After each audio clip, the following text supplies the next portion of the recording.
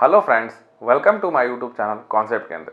और आज के इस वीडियो में हम लोग पढ़ेंगे मगध साम्राज्य।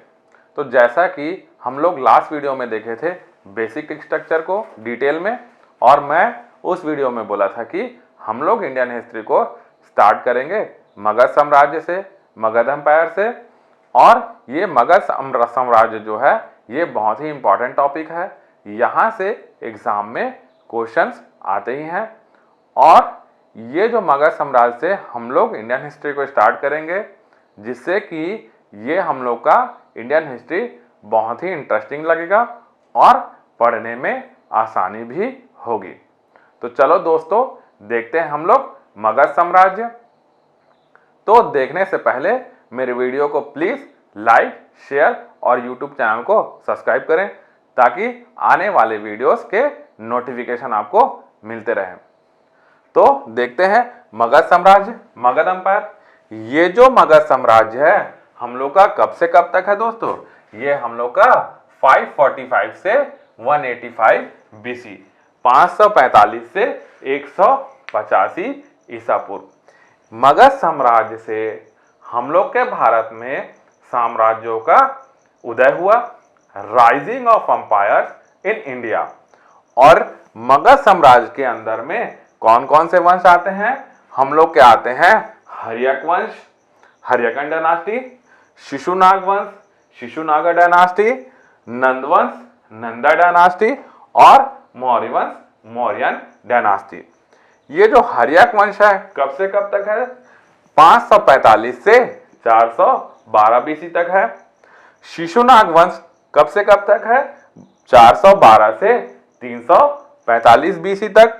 और ये जो नंद वंश है ये हम लोग का 345 से 322 बीसी तक।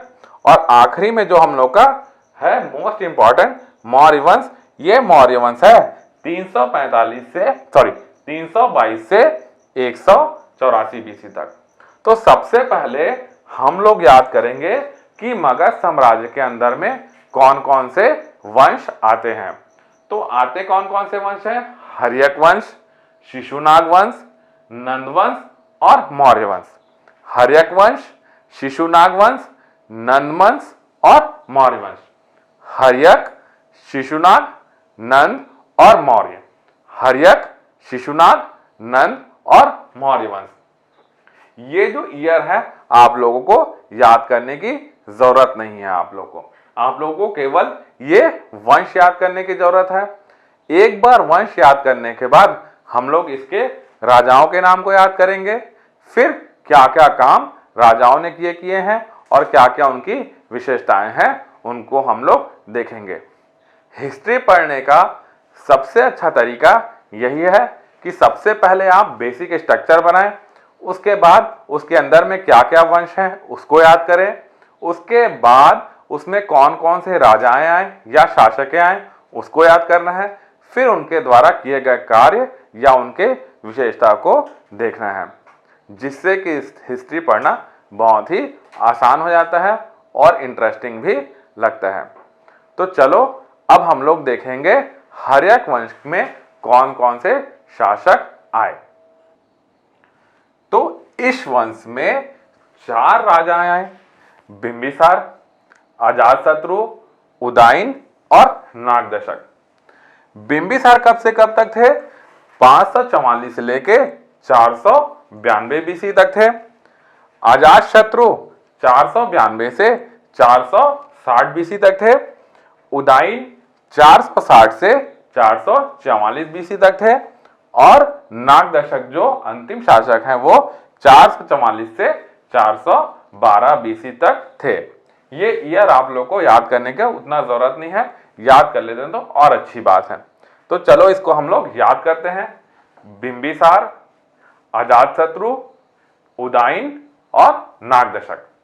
बिंबिसार, अजातशत्रु, उदयन और नागदशक, ये 4 शासकों के राजाओं के नाम आप लोगों को याद हो गए। मैं बार बार इसलिए रिपीट कर रहा हूं ताकि आप लोगों को यहीं से मैं आप लोगों को याद करा सकूं। तो चलो अब हम लोग देखेंगे बिंबिसार के बारे में। बिंबिसार का उपनाम श्रेणिक था। बिंबिसार की राजधानी क्या थी? तो गिरिब्रज थी।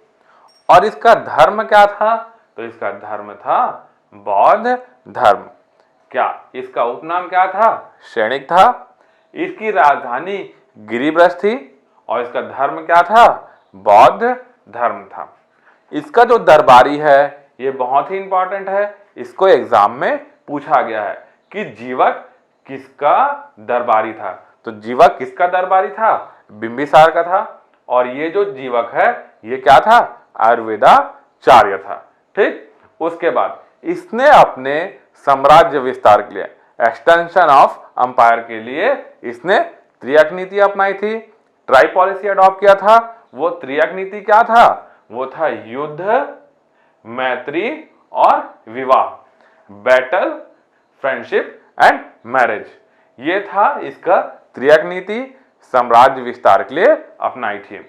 इसने अंग और चंपा को जीता था। अंग और चंपा को जीता था किसने? बिंबिसार ने।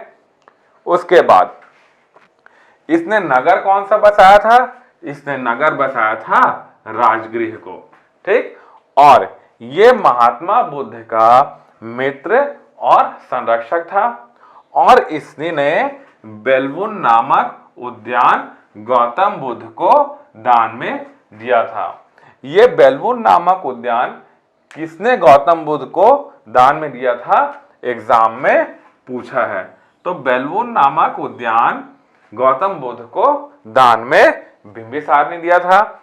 और क्या पूछा है एग्जाम में? एग्जाम में पूछा था कि अपने साम्राज्य विस्तार के लिए त्रियक नीति किसने अपनाई थी? तो वो बिंबिसार ने अपनाई थी। और जीवक किसका दरबारी था? ये भी हम लोग को अच्छे से याद रखना है। इसको भी एग्जाम में पूछा है कि जीवक किसका दरबारी था। तो जीवक किसका दरबारी था दोस्तों? ये था बिंबिसार का। एक बार इसको हम लोग और रिपीट करते हैं। बिंबिसार का उपनाम क्या था? सैनिक था। इसकी राजधानी क्या थी? तो गिरिब्रज थी। और ये कौन से धर्म का था? बौद्ध धर्म का था। इसका दरबारी कौन था? तो जीवक था, जो कि एक आयुर्वेदाचार्य था। इसने अपने साम्राज्य विस्तार के लिए त्रियक नीति अपनाई थी, ट्राई पॉलिसी अडॉप्ट किया था, जो कि था युद्ध, मैत्री और विवाह, बैटल, फ्रेंडशिप एंड मैरिज। और इसने दो नगर को जीता था, अंग और चंपा को जीता था। और इसने नगर बसाया था राजगृह को। और ये गौतम बुद्ध का मित्र और उसका संरक्षक था। और बेलवुन नामक उद्यान गौतम बुद्ध को दान में दिया था। तो ये था बिंबिसार। अब हम लोग देखेंगे अजातशत्रु को। अजातशत्रु, अजातशत्रु का उपनाम है कुणिक। राजधानी इसकी कौन सी थी? तो राजगृह थी। और इसका धर्म क्या था? बौद्ध धर्म था। यह भारत के इतिहास में प्रथम पितृहंता कहलाया, क्योंकि इसने अपने पिता बिंबिसार की हत्या करके राजगद्दी पे बैठा था। इसलिए अजातशत्रु को भारत के इतिहास का प्रथम पितृहंता कहा गया। और इसका जो शासनकाल था यह सेनाओं से शक्ति संपन्न था। और इसके शासनकाल को मगध साम्राज्य का उत्कर्ष काल कहा गया। उसके बाद इसके शासनकाल के 8वें वर्ष में गौतम बुद्ध को महापरिनिर्वाण प्राप्त हुआ। और उसी साल 483 बीसी में इसने राजगीर में प्रथम बौद्ध संगीति का आयोजन कराया, जिसके अध्यक्ष थे महाकश्यप। और राजगीर में इसने बौद्ध संगीति कराई थी। ये एग्जाम में पूछता है कि प्रथम बौद्ध संगीति कहाँ हुई? तो राजगीर में हुई। किसके शासनकाल में हुआ? तो वो था अजातशत्रु। और उसके अध्यक्ष कौन थे? तो महाकश्यप। इसको एग्जाम में पूछता है। इसने दो नवीन हथियारों का उपयोग किया था युद्ध में, रथमूसल और महाशिलाकंटक। थोड़ा सा टॉपिक से बाहर आते हैं। अभी जो फेमस मूवी आई थी बाहुबली, उसमें जो भल्लाल देव का जो रथ था उसको हम लोग बोलते हैं रथमूसल। और जो बाहुबली के जो हथियार था उसको हम लोग बोलते हैं महाशिलाकंटक। यहीं से कॉपी किए हैं उसको। उसके बाद इसने बुद्ध के कुछ अवशेषों को लेकर राजगृह में स्तूप का निर्माण कराया और इसने काशी और वज्जीशंख को जीता था। एक बार और देखते हैं इसको। अजातशत्रु, इसका शासन काल था 492 से लेकर 460 बीसी तक। इसका उपनाम था कुणिक। इसकी राजधानी थी राजगृह और इसका धर्म कौन था? तो बौद्ध धर्म था।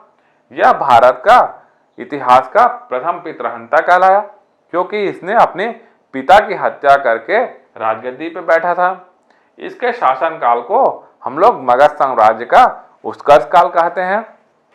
और जो मोस्ट इंपॉर्टेंट है ये है, इसके राजगद्दी के बैठने के 8वें वर्ष गौतम बुद्ध को महापरिनिर्वाण निर्माण प्राप्त हुआ 483 बीसी में।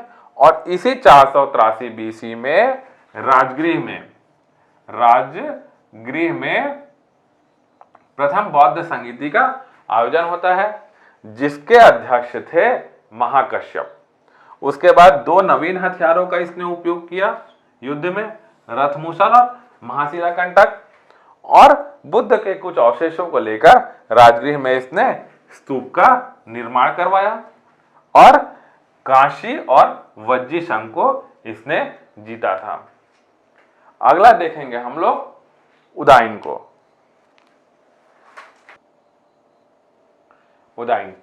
उदाइन का शासनकाल कब से कब तक रहा? 460 से लेके 444 बीसी तक। इसने पाटलिपुत्र नगर को बसाया और उसकी राजधानी बनाई उसको। ठीक है, उदाइन ने क्या किया? पाटलिपुत्र शहर को बसाया और उसे अपनी राजधानी बनाया। इसके 4 पुत्र थे जिसमें से एक पुत्र था नागदशक। उदाइन के बाद नागदशक शासक बनता है और नागदशक का शासनकाल कब से कब तक है?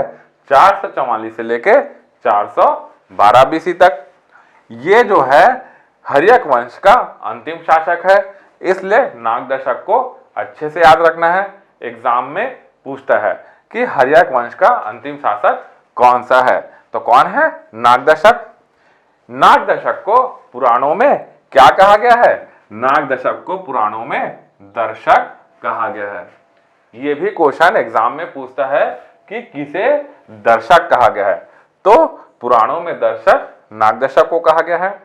नागदशक का जो सेनापति था शिशुनाग, नागदशक का सेनापति था शिशुनाग। इस शिशुनाग ने नागदशक की हत्या करके एक नए वंश की स्थापना की जो कहलाया शिशुनाग वंश, जिसे हम लोग अगली वीडियो में देखेंगे। एक बार और देखते हैं इसको। उदाइन का शासनकाल 460 से लेके 444 बीसी तक रहा। इसने पाटलिपुत्र शहर को बसाया और उसको अपनी राजधानी बनाया। इसका जो पुत्र था नागदशक, वो अगला शासक बना। नागदशक अंतिम शासक है हर्यक वंश का और इसे पुराणों में दर्शक कहा गया। इसके सेनापति शिशुनाग ने इसकी हत्या करके एक नए वंश की स्थापना की जो कहलाया शिशुनाग वंश। तो आज हम लोग देखे मगध साम्राज्य। मगध साम्राज्य के अंडर हम लोग क्या देखे? हर्यक वंश, शिशुनाग वंश, नंद वंश और मौर्य वंश। उसके बाद हम लोग हर्यक वंश के 4 राजा देखे, बिंबिसार, अजातशत्रु, उदाइन और नागदशक। ये चारों के डिटेल भी हम लोग पढ़ लिए। अब अगला देखेंगे हम लोग शिशुनाग वंश और नंद वंश। अगर ये वीडियो मेरा आप लोग को पसंद आया हो तो प्लीज लाइक, शेयर और मेरे YouTube चैनल को सब्सक्राइब करें ताकि आने वाले नोटिफिकेशन के वीडियोस आपको मिलते रहें। Thank you.